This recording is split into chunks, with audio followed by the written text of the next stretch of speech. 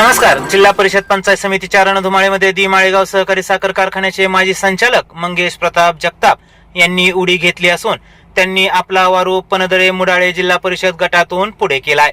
एका बाजूला राज्याचे उपमुख्यमंत्री व राष्ट्रवादी काँग्रेसचे सर्वेसर्वा अजितदादा पवार यांच्याकडे ते आपली प्रबळ दावेदारी सादर करतील अशी चर्चा रंगलेली असतानाच वेळप्रसंगी बंडाचा झेंडा हाती घेतील अशी शक्यता देखील राजकीय वर्तुळातून व्यक्त होताना दिसते.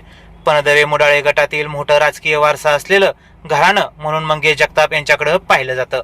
मंगेश जगताप यांचे आजोबा स्वर्गीय श्रीरंग अण्णा जगताप हे दी माळेगाव सहकारी साखर कारखान्याचे चेअरमन होते, तर त्यांचे वडील प्रताप श्रीरंगराव जगताप यांनी माळेगाव सहकारी साखर कारखान्यावरती संचालक पद भूषवलंय. उल्लेखनीय बाब ही की स्वतः मंगेश प्रताप जगताप यांच्याबरोबरच त्यांचे बंधू चेतन उर्फ बाबाराजे जगताप यांनी देखील माळेगाव सहकारी साखर कारखान्यावरती संचालक पद भूषवलंय.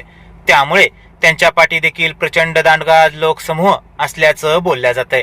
त्यामुळेच त्यांच्या कार्यकर्त्यांमधून वेळ प्रसंगी बंडाचा झेंडा हाती घेत मंगेश प्रतापराव जगताप यांनी निवडणूक लढवावी अशी भावना व्यक्त होताना दिसते. दरम्यान एका बड्या राजकीय पक्षाचे नेते मंडळी वरिष्ठ पातळीवरून मंगेश जगताप यांच्याशी संपर्कात असल्याचं खात्रीलायक वृत्त देखील समोर आले.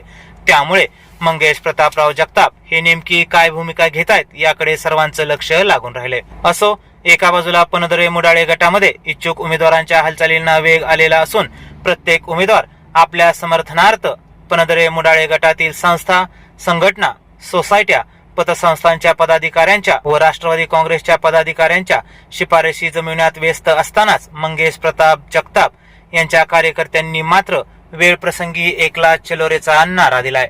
त्यामुळे पनदरे गावच्या सारीपाटावर ट्विस्ट आला असून वेळ प्रसंगी या गटातून तुल्यबळ लढत होईल अशी खमंग चर्चा रंगताना दिसते.